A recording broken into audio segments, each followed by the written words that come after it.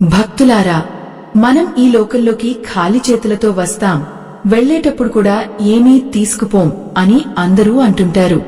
కాని అది పచ్చి అబద్ధం. మనం వెళ్లేటప్పుడు మనతో పాటు మనం చేసిన పాప పుణ్యాల మూటను కూడా తీసుకువెళ్తాం. అంతటితో ఆగితే పర్వాలేదు. కాని మనం చేసిన ఆ పాపపు నీడలు మనం ప్రాణంగా ప్రేమించే మన బిడ్డల భవిష్యత్తును నీడలా వెంటాడి వారి జీవితాలను అంధకారంలోకి నెట్టేస్తాయని మీకు తెలుసా? ఈ ఆధ్యాత్మిక రహస్యం మీకు పూర్తిగా అర్థం కావాలన్నా, దైవానుగ్రహం దక్కాలన్నా ఈ వీడియోను ఎక్కడా ఆపకుండా చివరి వరకు చూడండి. అది ఒక అందమైన సాయంత్రం వేళ. ఆకాశం ఎర్రగా కందిపోయి ఏదో విపత్తు జరగబోతోందని హెచ్చరిస్తున్నట్లుగా ఉంది. ఆ ఊరిలోనే అతిపెద్ద మేడ. ఆ మేడ యజమాని రాజశేఖరం. సమాజంలో ఆయనకంటూ ఒక గొప్ప పేరు, హోదా, అధికారం ఉన్నాయి. గదిలో కూర్చుని తన లెక్కలను సరిచూసుకుంటున్న రాజశేఖరం ముఖంలో ఒక వింతైన గర్వం కనిపిస్తోంది. పక్కనే తన 5 ఏళ్ల కొడుకు చిరునవ్వులు చిందిస్తూ ఆడుకుంటున్నాడు. ఆ పసివాడి నవ్వుల్లో ఎంతటి నిష్కల్మషం ఉందో, రాజశేఖరం గుండెల్లో అంతటి కల్మషం దాగి ఉంది. ఆయన సంపాదించిన ప్రతి రూపాయి వెనుక ఒక పేదవాడి కన్నీరు ఉంది, ఒక అభాగ్యుడి ఆకలి కేక ఉంది. తను చేస్తున్నది తప్పని అతడి మనస్సాక్షికి తెలుసు. కాని తన బిడ్డలకు రాజభోగాలు కల్పించాలనే మితిమీరిన ఆశ అతడి కళ్లకు గంతలు కట్టింది. అయ్యో, ఎంతటి భ్రమలో ఉన్నాడు ఈ మానవుడు! తన బిడ్డలకు బంగారు భవిష్యత్తును ఇస్తున్నానని అనుకుంటున్నాడు. కాని వాళ్ల నెత్తిన తనే స్వయంగా నిప్పులు పోస్తున్నానని గ్రహించలేకపోతున్నాడు. మనం చేసే ప్రతి అన్యాయం, మనం పలికే ప్రతి అబద్ధం ఒక విషవృక్షానికి విత్తనం లాంటిది. ఆ విత్తనం ఈరోజు మొలకెత్తకపోవచ్చు, కాని రేపు అది పెద్ద వృక్షమే దాని చేదు కలాలను మన బిడ్డలకు రుచి చూపిస్తుంది. రాజశేఖరం ఒకప్పుడు ఒక పేద వితంతువు భూమిని అక్రమంగా లాక్కున్నాడు. ఆమె తన పిల్లల ఆకలి తీర్చుమని, తనకున్న ఆ ఒక్క ఆధారాన్ని వదలమని రాజశేఖరం కాళ్లవేళ్లా పడి ఏడ్చింది. అయ్యా, నా బిడ్డలు అనాథలైపోతారు, నా కడుపు కొట్టకండి అని ఆమె వేడుకుంటుంటే రాజశేఖరం కనికరం లేకుండా ఆమెను నెట్టేశాడు. ఆ క్షణం ఆ తల్లి కళ్లలో నుండి రాలిన ఒక్కొక్క కన్నీటి చుక్క రాజశేఖరం వంశాన్ని దహించివేసే అగ్నిగోళంలా మారుతుందని అతడు ఊహించలేదు. ఆ శాపం ఇప్పుడు రాజశేఖరం కొడుకు చుట్టూ అదృశ్య పాసంలా చుట్టుకుంటోంది. ఎంతటి వేదన, ఎంతటి దారుణం! ఆ పసివాడికి తండ్రి చేసిన పాపంతో సంబంధం లేదు. కాని ప్రకృతి ధర్మం ప్రకారం తండ్రి పెట్టిన విషాహారం బిడ్డకు వికటించకమానదు. ప్రతిరోజూ రాజశేఖరం తన సంపదను చూసుకుని మురిసిపోతుంటాడు. ఆ మేడలో ఉండే ఖరీదైన వస్తువులు, పట్టుపరుపులు, ఇవన్నీ తన బిడ్డల కోసమేనని గర్వంగా చెప్పుకుంటాడు. కాని ఆ గోడల వెనుక వినిపించే మూలుగులు అతడికి వినిపించడం లేదు. ధర్మం తప్పి సంపాదించిన ధనం ఎప్పుడూ ఇంట్లో ప్రశాంతతను ఉంచదు. ఆ ధనం పెరిగే కొద్దీ ఇంట్లో అశాంతి, రోగాలు, అనారోగ్యాలు ప్రవేశిస్తాయి. ఆ పసివాడు ఆడుకుంటున్న బొమ్మలు కూడా ఆ పేదవారి శాపనార్థాలతో నిండి ఉన్నాయి. మనం అనుకుంటాం, ఎవరికీ తెలియకుండా తప్పు చేశాం కదా, భగవంతుడు మనల్ని క్షమిస్తాడని. కాని భగవంతుడు శిక్షించే విధానం చాలా భయంకరంగా ఉంటుంది. ఆయన మనల్ని నేరుగా కొట్టడు. మనం ఎవరినైతే ప్రాణంగా చూసుకుంటామో వారి కష్టాల రూపంలో మనకు కనువిప్పు కలిగిస్తాడు. ఆ కనువిప్పు కలిగే సమయానికి మనం అంతా కోల్పోయి ఉంటాం. రాజశేఖరం భార్య సుమతి చాలా మంచిది. ఆమె దైవభక్తి గల మనిషి. కాని తన భర్త చేసే అకృత్యాల గురించి ఆమెకు పూర్తిగా తెలియదు. ఆమె ప్రతిరోజూ దేవుడి ముందు దీపం పెట్టి తన బిడ్డల క్షేమం కోరుకుంటుంది. కాని సుమతి పెట్టే ఆ దీపం రాజశేఖరం చేస్తున్న పాపపు చీకటిని తొలగించగలదా? ఖచ్చితంగా లేదు. ఒక చేత్తో పాపం చేస్తూ మరో చేత్తో పుణ్యం చేయాలనుకోవడం అసాధ్యం. పాపం అనేది ఒక మాయని మచ్చలాంటిది. అది మన రక్తం గుండా మన తరతరాలకు పాకుతుంది. అందుకే పెద్దలు చెప్తారు, నీ బిడ్డలకు ఆస్తులు ఇవ్వకపోయినా పర్వాలేదు కాని అప్పులు ఇవ్వకు. అది ధన రూపంలో ఉన్న అప్పు అయినా లేదా పాప రూపంలో ఉన్న అప్పు అయినా సరే. రాజశేఖరం ఇప్పుడు తన బిడ్డలకు కొండంత పాపాన్ని అప్పుగా ఇస్తున్నాడు. ఆ అప్పు తీర్చడానికి ఆ చిన్నారులు తమ జీవితాంతం కన్నీళ్లు కార్చవలసి ఉంటుంది. ఒకరోజు రాత్రి రాజశేఖరానికి ఒక వింత కల వచ్చింది. ఆ కలలో తను కట్టుకున్న పెద్ద మేడ అంతా అగ్నికిలలో చిక్కుకుంది. తన బిడ్డ నాన్నా రక్షించు అని అరుస్తున్నాడు. కాని రాజశేఖరం కదలలేకపోతున్నాడు. అతడి చుట్టూ తను మోసం చేసిన వందలాది మంది ప్రజలు నిలబడి ఉన్నారు. వాళ్లందరి చేతుల్లో ఖాళీ కంచాలు ఉన్నాయి. వాళ్ల కళ్ళు నిప్పులు చెరుగుతున్నాయి. నువ్వు మా బిడ్డల కడుపు కొట్టావు, ఇప్పుడు నీ బిడ్డ ఏమవుతాడో చూడు అని వాళ్లు అరుస్తున్నారు. రాజశేఖరం చెమటలతో తడిసిపోయి ఉలిక్కిపడి నిద్రలేచాడు. పక్కనే నిద్రిస్తున్న తన కొడుకు ముఖాన్ని చూశాడు. ఆ క్షణం అతడి గుండెలో ఏదో తెలియని భయం మొదలైంది. కాని ఆ భయం అతడిని మార్చలేకపోయింది. అహంకారం అనేది ఒక పెద్ద అగాధం. అది మనిషిని తన తప్పును ఒప్పుకోనివ్వదు. తన సంపదే తనను కాపాడుతుందని అతడు బలంగా నమ్ముతున్నాడు. కాని కాలం ఎప్పుడూ ఒకేలా ఉండదు. మనం విత్తిన విత్తనమే మొక్కే మొలుస్తుంది. మనం ముళ్ల చెట్టును నాటి తీయని మామిడి పండ్లను కోరుకోవడం ఎంతటి అవివేకం. రాజశేఖరం తన చుట్టూ ముళ్ల కంచెను నిర్మించుకుంటున్నాడు. అందులో తనే కాదు, తన బిడ్డలు కూడా చిక్కుకుంటారని అతడు గ్రహించడం లేదు. ఈ సమాజంలో చాలామంది తల్లిదండ్రులు ఇలాగే ఆలోచిస్తారు. మా పిల్లల కోసం కదా ఇదంతా చేస్తున్నాం అని తమ తప్పులను సమర్థించుకుంటారు. కానీ మీరు చేసే తప్పులు మీ పిల్లల పాలిట యమపాశాలవుతాయని తెలుసుకోలేకపోతున్నారు. మీరు ఇచ్చే లంచం, మీరు చేసే కల్తీ, మీరు లాక్కునే పేదవాడి సొత్తు, ఇవన్నీ మీ పిల్లల రక్తంలో విషమై ప్రవహిస్తాయి. అది శారీరక వ్యాధుల రూపంలో రావచ్చు, లేదా మానసిక వేదనల రూపంలో రావచ్చు. ఏదో ఒక రూపంలో ప్రకృతి తన లెక్కను సరిచేస్తుంది. అది తప్పించుకోవడం ఎవరి తరమూ కాదు. ఆ రాత్రి నుండి రాజశేఖరం మనసులో ప్రశాంతత కరువైంది. ప్రతి చిన్న శబ్దానికి అతడు భయపడిపోతున్నాడు. తన మేడలో ఉన్న చీకటి మూలల్లో ఎవరో పొంచి ఉన్నట్లు, తన బిడ్డను ఎత్తుకుపోవడానికి సిద్ధంగా ఉన్నట్లు అతడికి అనిపిస్తోంది. ఇది కేవలం భ్రమ కాదు, ఇది అతడి పాపభీతి. మనిషి ఎంతటి శక్తివంతుడైనా తన మనస్సాక్షిని ఎదిరించి బతకలేడు. రాజశేఖరం కళ్ల ముందు తను చేసిన అన్యాయాలన్నీ ఒక సినిమాలాగా కదులుతున్నాయి. ఆ వృద్ధుడి కన్నీళ్లు, ఆ అభాగ్యుడి ఆవేదన అన్నీ అతడిని వెంటాడుతున్నాయి. తన కొడుకును గట్టిగా కోగిలించుకున్నాడు. ఆ చిన్నారి తండ్రి భయాన్ని గమనించలేక హాయిగా నిద్రిస్తున్నాడు. ఆ నిద్ర ఎంత కాలం ఉంటుంది? ఈ మేడలో వెలుగులు ఎన్ని రోజులు వెలుగుతాయి? ధర్మం దారి తప్పినప్పుడు కాలం తన ప్రతాపాన్ని చూపిస్తుంది. రాజశేఖరం జీవితంలో ఆ కాలం దగ్గరపడింది. అతడు చేసిన తప్పుల చిట్టా ఇప్పుడు ఫలితాన్ని ఇవ్వడానికి సిద్ధంగా ఉంది. ఆ మరుసటి రోజు ఉదయం సూర్యుడు ఎప్పటిలాగే ఉదయించాడు. కాని రాజశేఖరం మేడలో మాత్రం కటిక చీకట్లు కమ్ముకున్నాయి. ఎప్పుడూ తెల్లవారుజామునే నిద్రలేచి ఇల్లంతా తన అల్లరితో సందడి చేసే ఆ పసివాడు ఈరోజు మంచం దిగలేదు సదా కదా. కనీసం కళ్ళు కూడా విప్పడం లేదు. పసివాడి దేహం నిప్పులు చెరుగుతోంది. సుమతి కంగారుగా పిల్లాడి నుదుటిపై చేయి వేసి చూసింది. అయ్యో, ఆ వేడికి ఆమె చెయ్యి కాలిపోయినంత పనైంది. ఏమండి, బాబు ఒళ్ళు కాలిపోతోంది, ఒక్కసారి చూడండి అంటూ ఆమె గట్టిగా కేక వేసింది. గదిలోకి పరుగెత్తుకు వచ్చిన రాజశేఖరం తన కొడుకు అవస్థ చూసి నిశ్చేష్టుడైపోయాడు.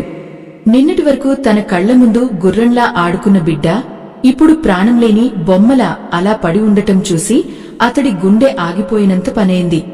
వెంటనే తన అధికారంతో, ధనబలంతో ఊరిలో ఉన్న గొప్ప గొప్ప వైద్యులందరినీ అక్కడికి పిలిపించాడు. వైద్యులు ఒకరి తర్వాత ఒకరు వచ్చి పిల్లాడిని పరీక్షిస్తున్నారు. రకరకాల ఔషధాలు ఇస్తున్నారు. కాని ఆ తాపం మాత్రం తగ్గడం లేదు. పసివాడు మధ్య మధ్యలో కళ్ళు తెరిచి, నాన్నా, ఎవరో నన్ను లాక్కుపోతున్నారు, నాన్నా, భయంగా ఉంది అంటూ ఏడుస్తున్నాడు. ఆ మాటలు వింటుంటే రాజశేఖరం గుండెల్లో ఎవరో బల్లెంతో పొడిచినట్లు అనిపిస్తోంది. ఎంతటి వేదన, ఎంతటి నరకం! తన కళ్ల ముందే తన సర్వస్వం కరిగిపోతుంటే, తను సంపాదించిన కోట్లు, తనకు ఉన్న అధికారం ఏమాత్రం పనికిరావడం లేదు. వైద్యులు తలలు పండినవారు, అనుభవజ్ఞులు. కాని వారందరి ముఖాల్లోనూ ఒక వింతైన సందిగ్ధం కనిపిస్తోంది. రాజశేఖరం గారు, బాబుకు ఉన్నది సాధారణమైన జ్వరం కాదు. శరీరంలో ఎక్కడా వ్యాధి లక్షణాలు కనిపించడం లేదు. కాని బాబు ప్రాణాలు మాత్రం క్షీణిస్తున్నాయి. ఇది మా వైద్యానికి అందేలా లేదు అని వారు చేతులెత్తేశారు. ఆ మాట వినగానే రాజశేఖరం కాళ్ల కింద భూమి కదిలిపోయింది. డబ్బు ఎంతైనా తీసుకోండి, నా మేడలో సగం రాసిచ్చేస్తాను, కాని నా బిడ్డను బతికించండి అని బతిమాలుకున్నాడు.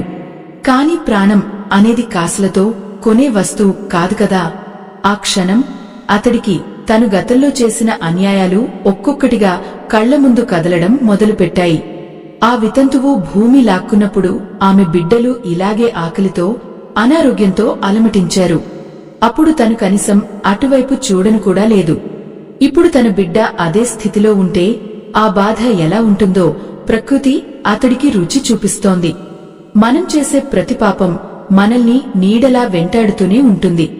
అది మనం మరచిపోయినా కాలం మాత్రం మరచిపోదు. రాజశేఖరం చేసిన పాపపు మూట ఇప్పుడు అతడి బిడ్డ నెత్తిన పడింది. సుమతి ఏడుస్తూ దేవుడి గదిలోకి వెళ్ళింది. పీఠం ముందు సాష్టాంగపడి, తల్లి, నా బిడ్డ ఏం పాపం చేశాడని ఈ శిక్ష? నా ప్రాణాలు తీసుకో, కాని నా పసివాడిని నాకు దక్కించు అని వేడుకుంటోంది. ఆమె కళ్ల నుండి కన్నీరు ధారలుగా కారుతూ దీపపు కుందులను తడుపుతోంది. కాని ఆ తల్లి వేదన ఆ పైవాడికి వినిపిస్తుందా? ఇంటి యజమాని అన్యాయంగా ఆర్జించిన ధనంతో పెట్టిన దీపం ఆ దేవుడికి నైవేద్యమవుతుందా? ఖచ్చితంగా కాదు. అక్రమ సంపాదనతో నిండిన ఇంట్లో దైవం ఉండదు. కేవలం దయ్యంలాంటి దారిద్ర్యం మరియు రోగాలు మాత్రమే ఉంటాయి. రాజశేఖరం అటూ ఇటూ పచార్లు చేస్తున్నాడు. పక్కనే ఉన్న గదిలో తన బీరువా నిండా బంగారు నగలు, వెండి సామాన్లు, వేల ఎకరాల కాగితాలు ఉన్నాయి. కాని ఆ కాగితం ముక్కలు ఇప్పుడు తన బిడ్డ ప్రాణాన్ని కాపాడలేకపోతున్నాయి. బయట గాలి హోరున వీస్తోంది.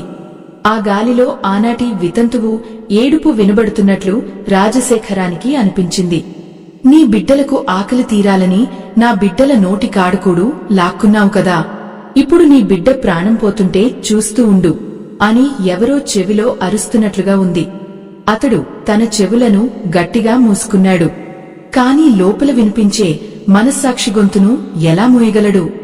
అయ్యో, ఎంతటి దౌర్భాగ్యం! సంపాదన మీద ఉన్న మక్కువతో ధర్మాన్ని విస్మరిస్తే చివరికి ఇలాంటి రోజు చూడక తప్పదు. తన బిడ్డ శరీరం క్రమంగా నీలం రంగులోకి మారుతోంది. ఆ పసివాడి శ్వాస భారంగా మారుతోంది. ప్రతి శ్వాసలోనూ ఒక వింతైన శబ్దం వస్తోంది. రాజశేఖరం దగ్గరకు వెళ్లి తన కొడుకు చేతిని పట్టుకున్నాడు. ఆ చేయి మంచుగడ్డలా చల్లబడిపోయింది. వైద్యులు పక్కకు తప్పుకున్నారు. ఆ మేడలో మౌనం రాజ్యమేలుతోంది. కేవలం సుమతి ఏడుపు మాత్రమే ఆ నిశ్శబ్దాన్ని ఛేదిస్తోంది.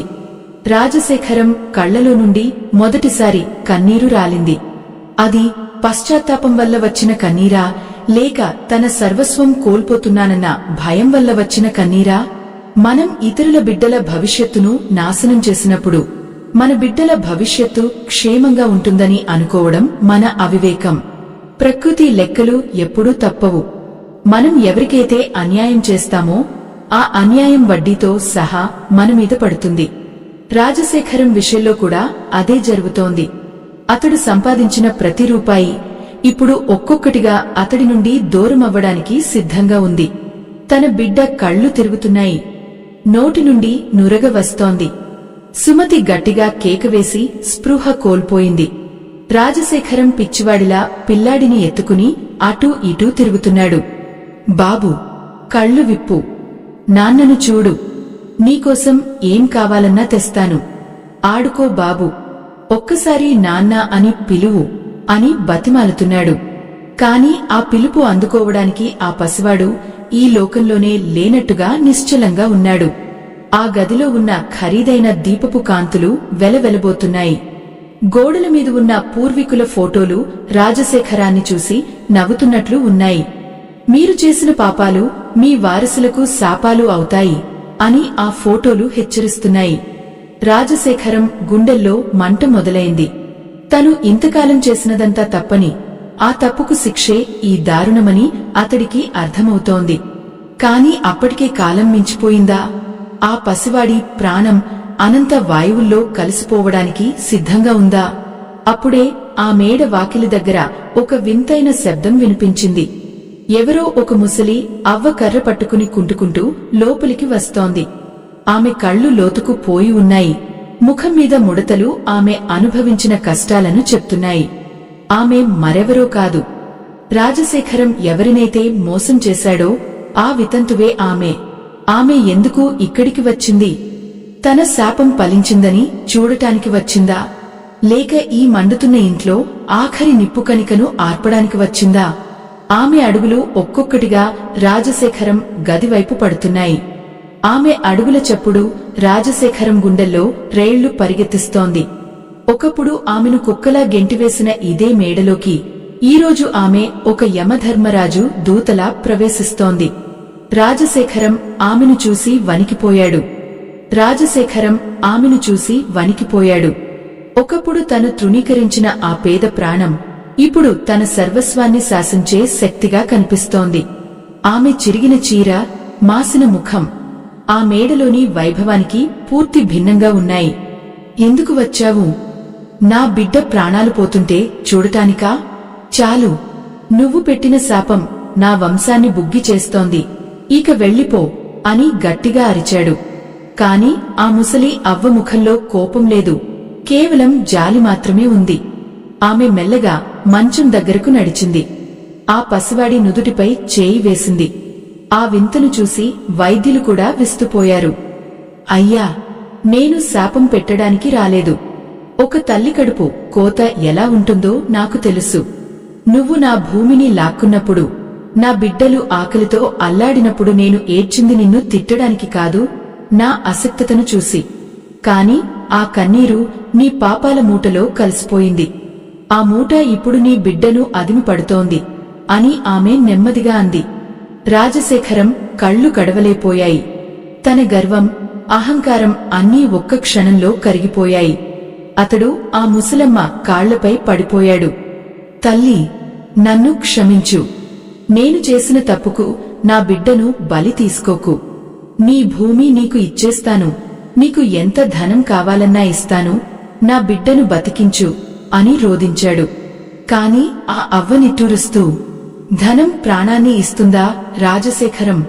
నువ్వు లాక్కున్నప్పుడు అది కేవలం మట్టి కాదు, ఒక కుటుంబం యొక్క నమ్మకం. ఆ నమ్మకాన్ని నువ్వు వమ్ము చేశావు. ఇప్పుడు ఆ పాపం నీ బిడ్డ రక్తంలో ప్రవహిస్తోంది. సనాతన ధర్మాన్ని కాపాడే ఈ మహాయజ్ఞంలో మీ వంతు సాయాన్ని వీడియో చివర్లో ఉన్న స్కానర్ ద్వారా అందించి భగవంతుని ఆశీస్సులు పొందండి అని చెప్పి ఒక్క క్షణం ఆగి పిల్లాడి వైపు చూసింది. పిల్లాడి పరిస్థితి మరింత దిగజారుతోంది. శ్వాస తీసుకోవడం అతడికి నరకప్రాయంగా మారింది. గుండె కొట్టుకోవడం ఆగిపోతుందేమో అన్నట్లుగా ఉంది. అయ్యో, ఎంతటే భయంకరమైన దృశ్యం అది! ఒక తండ్రి తన కళ్ల ముందే తన వారసుడు మృత్యువుతో పోరాడుతుంటే ఏమీ చేయలేని స్థితిలో ఉండటం కంటే పెద్ద నరకం మరొకటి ఉంటుందా? రాజశేఖరం తన చేతులతో తన తల బాదుకుంటున్నాడు. ఆ మేడలోని గోడలన్నీ అతడిని వెక్కిరిస్తున్నట్లు ఉన్నాయి. ప్రతి ఇటుకలోనూ ఒకరి కన్నీరు దాగి ఉందన్న సత్యం అతడికి ఇప్పుడు బోధపడుతోంది. మనం భవనాలు కడతాం, కాని ఆ పునాదులు అన్యాయంతో నిండి ఉంటే ఆ భవనంలో సుఖం ఎలా ఉంటుంది? ఆ పసివాడి ముఖం ఇప్పుడు పూర్తిగా తెల్లబడిపోయింది. ప్రాణం పోయే ముందు వచ్చే ఆ వింతైన మార్పులు స్పష్టంగా కనిపిస్తున్నాయి. ఆ ముసలి అవ్వ తన ఒడిలో ఉన్న ఒక పాత గుడ్డను విప్పింది.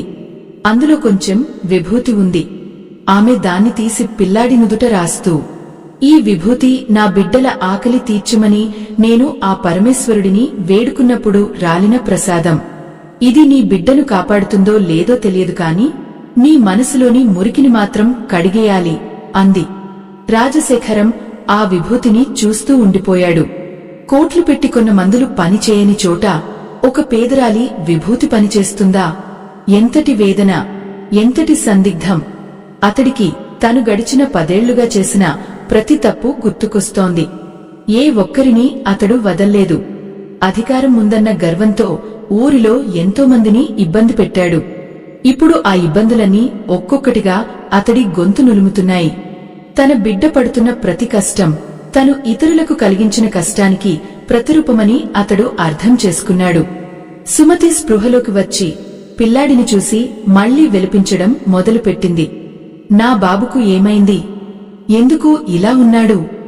దేవుడా, మాకు ఇంతటి శిక్ష ఎందుకు అని ఆమె అరుస్తోంది. కాని సమాధానం చెప్పే ధైర్యం రాజశేఖరానికి లేదు. తన పాపమే తన బిడ్డకు శాపమైందని ఎలా చెప్పగలడు? తన స్వార్థమే తన ఇల్లు కూలుస్తోందని ఎలా ఒప్పుకోగలడు? పసివాడి శరీరం విలవలలాడుతోంది. అతడి కనుగుడ్లు పైకి తేలాయి. వైద్యులు పక్కకు వెళ్లిపోయి తలలు దించుకున్నారు. ఆ ముసలి అవ్వ మాత్రం కళ్ళు మూసుకుని ఏదో మంత్రాన్ని జపిస్తోంది. ఆ మంత్రం రాజశేఖరం గుండెల్లో ప్రకంపనలు పుట్టిస్తోంది. గదిలో వాతావరణం అంతా ఒక్కసారిగా మారిపోయింది. ఒక వింతైన గాలి వీస్తోంది. ఆ గాలిలో శవాల వాసన వస్తోందా లేక పవిత్రమైన ధూపం వాసన వస్తోందా అన్నది అర్థం కావడం లేదు. రాజశేఖరం మంచం పక్కన మోకాళ్ల మీద కూర్చుని తన బిడ్డ చేతిని ముద్దాడాడు. ఆ చేయి ఇప్పుడు అస్సలు కదలడం లేదు. ప్రతి సెకను ఒక యుగంలా గడుస్తోంది. రాజశేఖరం మనసులో ఒక నిర్ణయం తీసుకున్నాడు. తను సంపాదించిన ఈ అన్యాయపు ఆస్తినంతా తిరిగి ఇచ్చేస్తానని, ఆ పేదలకు న్యాయం చేస్తానని మనసులోనే మొక్కుకున్నాడు. కాని ప్రకృతి అతడి మాటను నమ్ముతుందా? ఒకసారి చేసిన తప్పుకు ప్రాయశ్చిత్తం అంత సులభంగా దొరుకుతుందా? పాపం అనేది చేసిన వెంటనే మాసిపోయేది కాదు. అది అనుభవించి తీరవలసిన శిక్ష. ఆ శిక్షను రాజశేఖరం అనుభవిస్తాడా లేక ఆ పసివాడు తన తండ్రి చేసిన పాపానికి బలైపోతాడా? మృత్యువు ఆ గది వాకిలి దగ్గరే వేచి చూస్తున్నట్లుగా ఉంది. ఆ పసివాడి ఆఖరి శ్వాస కోసం సిద్ధంగా ఉన్నట్లు కనిపిస్తోంది. రాజశేఖరం గొంతులో పచ్చి వెలక్కాయ పడ్డట్లయింది. తన బిడ్డ కళ్ళు మెల్లగా వెనక్కి తిరుగుతుంటే ఆ పసివాడి ప్రాణవాయువు పంజరంలో చిక్కుకున్న పిట్టలా కొట్టుకుంటుంటే అతడు చేయగలిగింది ఏమీ లేకపోయింది. అహంకారంతో నిండిన ఆ కళ్ళు ఇప్పుడు కన్నీటితో నిండిపోయాయి. ఆ గదిలోని వెలుతురు క్రమంగా తగ్గిపోతున్నట్లు, చీకటి తనవైపు అడుగులు వేస్తున్నట్లు అతడికి అనిపిస్తోంది. సుమతి పిల్లాడి కాళ్లను పట్టుకుని, ఒక్కసారి అమ్మ అని పిలవరా, ఒక్కసారి నావైపు చూడరా అని గుండెలు బాదుకుంటూ ఏడుస్తుంటే ఆ శబ్దానికి మేడలోని గోడలు కూడా వణికిపోతున్నాయి. అయ్యో, ఒక కన్నతల్లి ఆవేదనకు ఆ బ్రహ్మదేవుడు కూడా కరిగిపోవాలి కదా. కాని ఇక్కడ కేవలం ఒక తల్లి ప్రేమే లేదు, ఒక తండ్రి చేసిన పాపం కూడా ఉంది. ఆ పాపం ఆ తల్లి ప్రేమను కూడా అడ్డుకుంటోంది. ఆ మంచం పక్కనే ఉన్న ఖరీదైన మేజా మీద ఉన్న బంగారు నాణేలు వెక్కిరింతగా మెరుస్తున్నాయి. ఆ నాణేల మీద రాజశేఖరం ప్రతిబింబం కనిపిస్తోంది. కాని అది మనిషిలా లేదు, ఒక రాక్షసుడిలా ఉంది. అతడికి పాత జ్ఞాపకాలు ఒక్కొక్కటిగా గుర్తుకొస్తున్నాయి. 10 ఏళ్ల క్రితం ఒక పేదరైతు తన కూతురి పెళ్లికోసం దాచుకున్న కొద్దిపాటి పొలాన్ని రాజశేఖరం అక్రమంగా కాజేశాడు. ఆ రైతు తన కాళ్ల మీద పడి, అయ్యా, నా కూతురి జీవితం నాశనం చేయకండి, ఆ పొలం లేకపోతే మేము వీధిన పడతాము అని వేడుకున్నప్పుడు రాజశేఖరం నవ్వుతూ అతడిని తోసేశాడు. ఆ తర్వాత ఆ రైతు ఆత్మహత్య చేసుకున్నాడని వార్త విన్నా కూడా రాజశేఖరం మనసు చలించలేదు.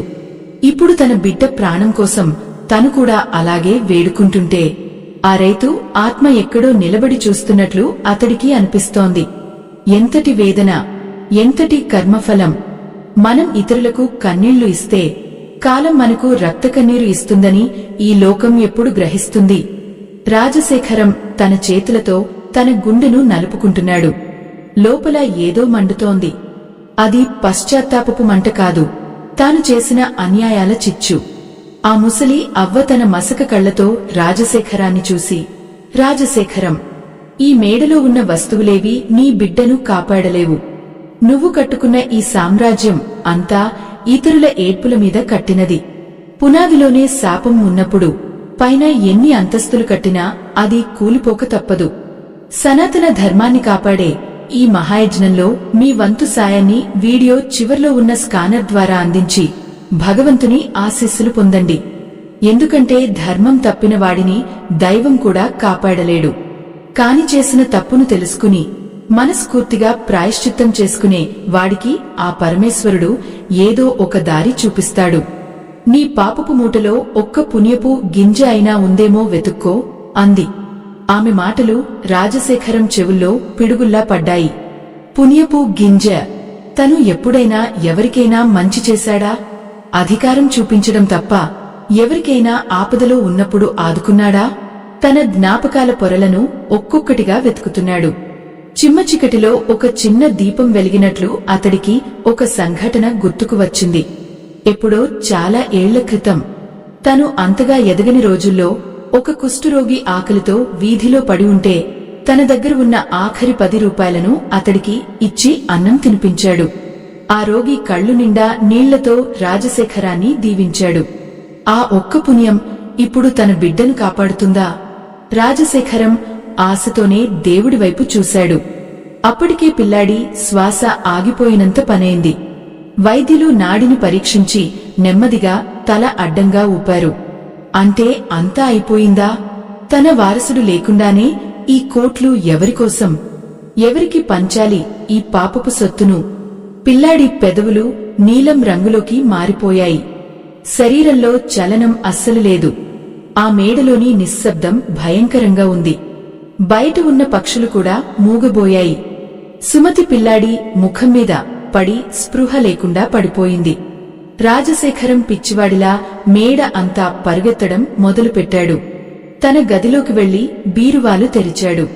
అందులో ఉన్న నగలను, కాగితాలను తీసి బయటకు విసిరేయడం మొదలుపెట్టాడు. ఇదిగో మీ సొత్తు తీసుకోండి. నా బిడ్డను నాకు ఇచ్చేయండి. ఎవరైనా ఉన్నారా? నా బిడ్డను బతికించేవారు ఎవరైనా ఉన్నారా అని అరుస్తున్నాడు. ఆ కేకలు ఓరంతా వినబడుతున్నాయి. రాజశేఖరం పిచ్చి పట్టిందని ఊరి జనం మేడ బయట గుమాగుడారు. ఒకప్పుడు అతడిని చూసి భయపడినవారు ఇప్పుడు అతడి దీనస్థితిని చూసి జాలిపడుతున్నారు. పశ్చాత్తాపం అనేది మనిషిని ఎంతగా కుంగదిస్తుందో ఆ క్షణం అందరికీ అర్థమైంది. అతడు చేసిన ప్రతి తప్పు ఇప్పుడు అతడిని శిక్షిస్తోంది. ఆ గదిలో ఉన్న ఆ ముసలి అవ్వ మాత్రం కదలకుండా అలాగే కూర్చుని ఉంది. ఆమె ముఖంలో ఒక వింతైన ప్రశాంతత ఉంది. పిల్లాడి శరీరం చల్లబడిపోతుంటే రాజశేఖరం మళ్లీ పరుగెత్తుకుంటూ వచ్చి ఆ ముసలమ్మ కాళ్లమీద పడ్డాడు. తల్లి, నువ్వు దేవతవో దయ్యానివో నాకు తెలియదు. కాని నా బిడ్డను బతికించు. నేను రేపు పొద్దున్నే ఈ ఊరిని వదిలి వెళ్లిపోతాను. ఈ ఆస్తినంతా పేదలకు ఇచ్చేస్తాను. నా దగ్గర ఒక్క పైసా కూడా ఉంచుకోను. నాకు నా కొడుకు ప్రాణం కావాలి. నా బిడ్డ ఊపిరి కావాలి అని కన్నీళ్లతో ఆమె కాళ్లు కడిగేశాడు. ఆ పశ్చాత్తాపం అతడి గుండె లోతుల్లో నుండి వస్తోంది. తన పాపపు లోకాన్ని తనే స్వయంగా ధ్వంసం చేసుకోవడానికి సిద్ధపడ్డాడు. అన్యాయంగా సంపాదించిన ఏదీ తన దగ్గర ఉండకూడదని నిర్ణయించుకున్నాడు. ఆ నిశ్చయం అతడిలో ఒక కొత్త మార్పును తెచ్చింది. మరి ఆ మార్పు ఆ మృత్యుదేవుడిని ఆపగలదా? ఆ పసివాడి నిశ్చల దేహంలో మళ్లీ జీవం వస్తుందా? కాలచక్రం ఇప్పుడు ఏ మలుపు తిరగబోతోంది? రాజశేఖరం కళ్లలో కనిపిస్తున్న ఆవేదన వర్ణనాతీతం. అది కేవలం ఒక తండ్రి పడుతున్న బాధ మాత్రమే కాదు, ఒక పాపి తన తప్పులను తెలుసుకుని పశ్చాత్తాపంతో కుమిలిపోతున్న దృశ్యం. ఆ పాత మేడలోని చీకటి మూలలో అతడు దాచుకున్న ప్రతి అన్యాయపు సాక్ష్యం ఇప్పుడు అతడిని నిలదీస్తున్నట్లుగా ఉంది. అతడు పిచ్చివాడిలా గదుల్లోకి వెళ్లి భారీ ఇనుప పెట్టెలను ఈడ్చుకుంటూ బయటకు వచ్చాడు. తన ప్రాణం కంటే మిన్నగా చూసుకున్న ఆ బంగారు ఆభరణాలు, వెండి నాణేలు, భూమి దస్తావేజులు ఇవన్నీ ఇప్పుడు అతడికి విష సర్పాన్లలా కనిపిస్తున్నాయి. వద్దు, నాకు ఇవేవి వద్దు. ఈ మట్టి, ఈ బంగారం నా బిడ్డ ప్రాణాన్ని కాపాడలేవు అని అరుస్తూ ఆ పెట్టెలను మేడి కింద ఉన్న వాకిలిలోకి విసిరేశాడు. కింద ఉన్న జనం ఆ వింతను చూసి ఆశ్చర్యపోయారు. రాజశేఖరం కిందకు పరుగెత్తుకుంటూ వెళ్లి గుమగుడిన ఊరి జనం ముందు మోకాళ్లపై నిలబడ్డాడు. నన్ను క్షమించండి. మీ అందరి కడుపు కొట్టి నేను ఈ మేడలు కట్టాను. నా బిడ్డ చావు బతుకుల మధ్య ఉన్నాడు. దయచేసి ఎవరైనా ఆ పరమేశ్వరుడిని వేడుకోండి. నా పాపాలు నా బిడ్డకు తగలకుండా చూడమని అడగండి అని ప్రాధేయపడ్డాడు. అయ్యో, ఒకప్పుడు సింహంలా గర్జించిన మనిషి ఇప్పుడు ఒక చిన్న చీమ కంటే హీనంగా పడి ఉండటం చూసి ప్రకృతి కూడా చలించిపోయింది. పైన గదిలో ఉన్న ఆ ముసలి అవ్వ మంచం దగ్గరే కూర్చుని ఉంది. ఆమె పసివాడి తలపై చెయ్యి వేసి కళ్ళు మూసుకుని ఏదో ధ్యానిస్తోంది. ఆమె చుట్టూ ఒక వింతైన కాంతి ఆవరించినట్లుగా సుమతికి అనిపించింది. సుమతి కన్నీళ్లు కారి ఆమె కళ్ళు వాచిపోయాయి. అమ్మా, నా బిడ్డను బతికించు. నా ప్రాణాలు తీసుకుని అయినా సరే నా పసివాడికి ప్రాణభిక్ష పెట్టు అని ఆ ముసలమ్మ కాళ్లపై పడింది. అప్పుడు ఆ అవ్వ నెమ్మదిగా కళ్ళు విప్పి, తల్లి, తల్లి, ప్రేమకు మించిన శక్తి ఈ లోకంలో లేదు. కాని మీ భర్త చేసిన పాపపు అప్పు చాలా పెద్దది. అది తీరాలంటే కేవలం పశ్చాత్తాపం మాత్రమే సరిపోదు, త్యాగం కూడా తోడవ్వాలి. రాజశేఖరం తన అహంకారాన్ని వదిలాడు. కాని అతడు మోసం చేసిన ఆ పేద ప్రాణాల దీవెనలు ఆ బిడ్డకు అందాలి. అప్పుడే మృత్యుదేవత వెనక్కి తగ్గుతుంది అని గంభీరంగా చెప్పింది. ఎంతటి వేదన, ఎంతటి పరీక్ష! రాజశేఖరం బయట పిచ్చివాడిలా ప్రతి ఒక్కరిని పలకరిస్తున్నాడు. ఓ తాతా, నీ పొలం నీకు ఇచ్చేస్తాను. ఇదిగో ఈ దస్తావేజులు తీసుకో. ఓ చెల్లెమ్మా, నీ పెళ్లి కోసం మీ నాన్న దాచుకున్న డబ్బు నా దగ్గర ఉంది. ఇదిగో ఇది తీసుకుని వెళ్ళు. మీరందరూ నా బిడ్డ క్షేమంగా ఉండాలని ఒక్కసారి మనస్ఫూర్తిగా కోరుకోండి అని బతిమాలుతున్నాడు. ఆ ఊరి ప్రజలు మొదట భయపడినా అతడి కళ్లలో ఉన్న నికార్సైన పశ్చాత్తాపాన్ని చూసి కరిగిపోయారు. తాము ఇన్నాళ్లు అనుభవించిన కష్టాలను మరిచిపోయి ఆ పసివాడి కోసం ప్రార్థించడం మొదలుపెట్టారు. అప్పుడు ఆకాశంలో ఉన్న మబ్బులు ఒక్కసారిగా విడిపోయాయి. ఒక మెరుపు మెరిసి పెద్ద శబ్దంతో ఉరుము వచ్చింది. ఆ శబ్దానికి మేడలోని కిటికీలన్నీ దడదడలాడాయి. రాజశేఖరం గబగబా పైన ఉన్న గదిలోకి పరుగెత్తుకుంటూ వచ్చాడు. అక్కడ పసివాడి పరిస్థితి చూసి అతడు కుప్పకులిపోయాడు. పిల్లాడి నాడి క్రమంగా పడిపోతోంది. వైద్యులు కూడా నిస్సహాయంగా దూరంగా నిలబడి చూస్తున్నారు. మనిషి ప్రయత్నం ముగిసిన చోట దైవ ప్రయత్నం మొదలవుతుందని పెద్దలు అంటారు. కాని ఆ దైవం కూడా కరుణించాలంటే మనం చేసిన పాపాలను ప్రక్షాళన చేసుకోవాలి.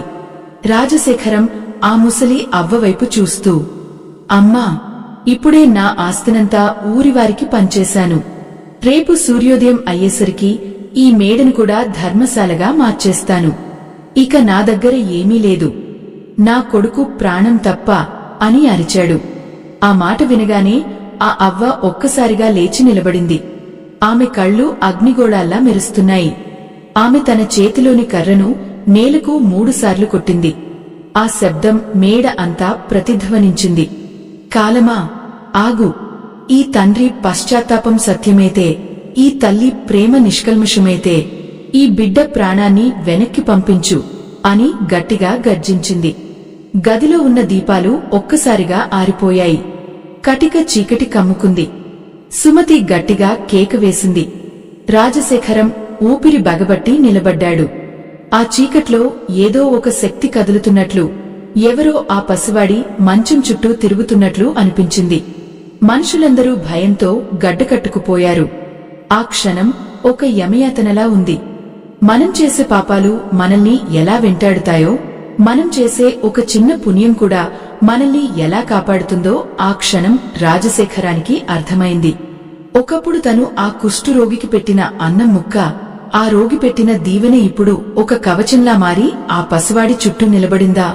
ప్రకృతి లెక్కలు ఎంత వింతగా ఉంటాయో కదా! ఎంతటి దారుణం చేసినా మనసు మారి చేసే సత్కార్యం మృత్యువును కూడా మార్చగలదని పురాణాలు చెబుతున్నాయి. ఆ సత్యం ఇప్పుడు రాజశేఖరం కళ్ల ముందు సాక్షాత్కరించబోతోంది. కొద్ది నిమిషాల తర్వాత గదిలో మళ్లీ వెలుగు వచ్చింది. ఆ ముసలి అవ్వ అక్కడ లేదు. ఆమె ఎక్కడికి వెళ్ళిందో ఎవరికీ తెలియదు. కాని మంచం మీద ఉన్న ఆ పసివాడు మెల్లగా కళ్ళు విప్పాడు. అతడి కళ్లలో నీలం రంగుపోయి మళ్లీ పాత వెలుగు వచ్చింది. అతడు తన చిన్న చేతులతో సుమతి చీరను పట్టుకుని అమ్మా అని చాలా బలహీనంగా పిలిచాడు. ఆ ఒక్క పిలుపు వినగానే సుమతి రాజశేఖరం గుండెల్లో ఉన్న భారం ఒక్కసారిగా దిగిపోయింది. ఇద్దరూ పిల్లాడిని కోగిలించుకుని బావురుమన్నారు. వైద్యులు కూడా ఆ వింతను చూసి ఆశ్చర్యంతో నోరెళ్లబెట్టారు. ఇది వైద్య విజ్ఞానం కాదు, ఇది కేవలం దైవ సంకల్పం అని వైద్యులు కూడా ఒప్పుకున్నారు. రాజశేఖరం కళ్లలో నుండి వచ్చే నీరు ఆ పసివాడి పాదాలను తడుపుతోంది. కాని ఈ అద్భుతం వెనుక ఉన్న రహస్యం ఏమిటి? ఆ మిసలి అవ్వ ఎవరు? రాజశేఖరం తన మాట మీద నిలబడతాడా, లేక పిల్లాడు కోలుకున్నాక మళ్లీ పాతదారిలోనే పడతాడా? ఆ పసివాడి గొంతులో నుండి వచ్చిన ఆ పిలుపు రాజశేఖరం గుండెల్లో ఒక అమృత ధారలా ప్రవహించింది. తన సర్వస్వం కోల్పోయినా పర్వాలేదు, తన బిడ్డ ప్రాణం దక్కితే చాలని అతడు ఆ క్షణం బలంగా నమ్మాడు. తన బిడ్డను గుండెలకు హత్తుకుని వెక్కి వెక్కి ఏడుస్తున్న రాజశేఖరం ముఖంలో ఇప్పుడు పూర్వపు గర్వం లేదు, కేవలం ఒక తండ్రికి ఉండవలసిన నిష్కల్మషమైన ఆనందం మాత్రమే ఉంది. అతడు మెల్లగా తల ఎత్తిగది అంతా చూశాడు. కాని ఆ ముసలి అవ్వ ఎక్కడా కనిపించలేదు. ఆ గదిలో మళ్లీ ప్రశాంతత నెలకొంది. బయట కురుస్తున్న వర్షం వెలిసింది.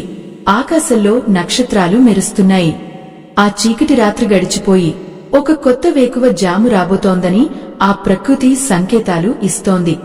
అయ్యో, ఎంతటి గండం నుండి అతడి ఇల్లు బయటపడింది. మృత్యువు వాకిలిదాకా వచ్చి ఒక పేదరాలి రూపంలో వచ్చిన ఆ దైవశక్తి వల్ల వెనక్కి వెళ్లిపోయింది. రాజశేఖరం ఏమాత్రం ఆలస్యం చేయలేదు.